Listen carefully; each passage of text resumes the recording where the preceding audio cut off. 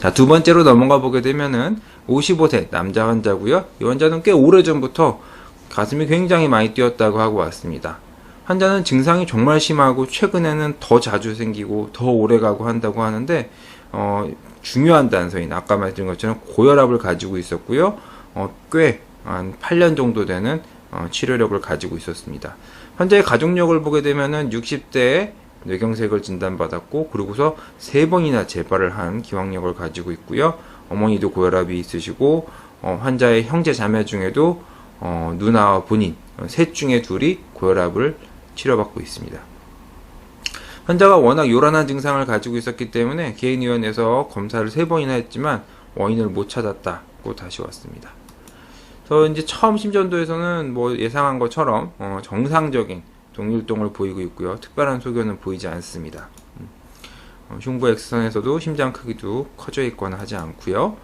그래서 이제 보통은 이제 운동부하 검사를 선생님들께서는 협심증을 진단하는 데 주로 사용한다고 하시겠지만 이것이 환자에게 심박수를 빠르게 하고 교감신경을 흥분시키고 하는 자극을 줄 수 있는 방법이기 때문에 저는 부정맥이 잘 찾아지지 않을 적에는 보조적으로 사용을 하기도 합니다. 검사 전에는 이런 식으로 동율동이었지만 운동을 하고 나서 보니까 이렇게 atrial premature bit이 나오죠.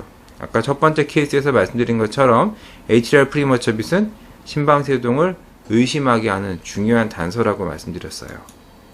그리고서 환자가 그날 홀터를 달고 집에 갔더니 이렇게 여러 번 심방세동이 기록된 것을 확인할 수 있었습니다. 그리고 환자가 다음번 외래의 검사 결과를 들으러 왔을 때는 그냥 심전도에서도 이렇게 심방세동이 기록이 되었습니다. 그래서 여기 다시 한번 정리를 하면 환자를 심전도를 찍을 때 그냥 노이즈가 안 들어가게 하기 위해서 그냥 가만히 편안한 상태에서 레스팅 스테이트에서 심전도를 찍는 것만이 아니라 운동도 시켜보고 긴장도 하고 흥분도 시키고 한 상태에서 심전도를 해보는 것이 숨어있는 부정맥을 찾아내는데 진단 가능성을 높일 수가 있습니다. 50대고요. 5년 전부터 가슴이 뛴다고 왔고요. 심전도에서는 한 87회 정도의 동율동 소견 보이고 있습니다. 근데 환자한테는 제가 가슴이 뛸 때 심전도를 찍어야 되는데 만약에 증상을 유발시킬 수 있으면 유발시키고 그러고서 응급실에 와서 심전도를 찍으십시오 했더니 환자가 바로 다음날 뭐 여러가지 노력을 했다고 합니다. 뭐 이런저런 방법을 써서 증상을 유발시키고 바로 다음날 응급실에 와서 심전도를 찍었습니다. 190회로 꽤 빠른 방실 전도를 보이고 있었고요. 그래서 이런 ABRT 방실 회기성 빈맥으로 여기 보시는 것처럼 왼쪽에 있는 부회로가 있어서 저희가 제거를 하고 잘 치료했습니다. 그런데 환자가 처음에 이제 시술하고 나서 가슴이 정말 조용해졌어요. 잠잠해졌어요 했는데 3개월이 지나고 났더니 환자가 요즘에 다시 또 뛰기 시작하는데요 이렇게 얘기를 하는 거예요. 그래서 저는 그럴 리가 없다. 이게 시술이 잘 됐고 3개월이 지나면 재발하는 경우는 점점 줄어든다 이렇게 설명을 했는데 환자가 자꾸 뛴다고 합니다. 그래서 다시 한번 얘기를 했죠. 그러면 진짜로 그걸 어떤 상황에서 뛰는지를 잘 관찰해보고 증상이 생겼을 때 와서 심전도를 다시 찍어라 라고 얘기를 했더니 환자가 1년 만에 다시 한번 성공을 했고요. 이렇게 심방세동이 나온 것을 확인할 수 있었고 치료를 받고 있었습니다. 놀랬죠. 환자가 이렇게 한 번 부정맥을 치료받았는데 또 다른 부정맥이 있었다는 것을 뒤늦게 확인한 경우고요.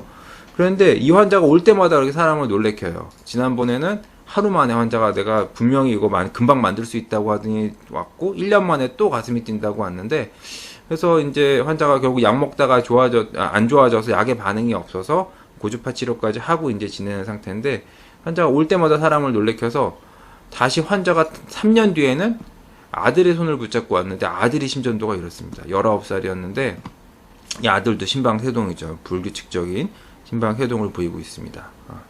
그래서 환자의 아들은 고등학생 때부터 이미 시험 공부할 때도 가슴이 두근거리는 게 있었는데 이게 스트레스인 줄 알았다고 합니다. 근데 환자가 대학 가면서 친구들과 술 먹고 다음날 아침에 좀 가슴이 좀 이상하게 뛰는 게 있었는데 술 깨느라 그런가 보다 하고 이제 귀찮아서 집에 있었는데 아버지랑 대화하다 보니까 아버지가 나랑 똑같은 것 같아 하면서 아버지가 심전도 찍어보자고 이제 했는데 찍었더니 이런 게 나온 겁니다. 그래서 환자가 이제 그 후로도 이제 증상이 반복적으로 있다. 술을 끊고 잘 관리했는데도 증상이 있다. 그래서 어쩔 수 없이 약을 먹으면서 조절을 해오고 있습니다. 반복적으로 말씀드리지만 이 심방세동이라고 하는 병도 가족력이 중요합니다. 근데 가족력은 굉장히 중요한 예측인자인데 부정맥으로 기억하는 환자들도 있지만 뇌졸중으로 기억하는 환자들도 많기 때문에 자세히 물어보고, 뇌졸중이 나이를 먹어서 생기는 그런 뇌졸중이 아니라 좀 젊었을 때 생기고 자주 재발을 하는 그런 뇌졸중이라면은 진짜로 강력히 의심을 해보는 게 좋겠습니다.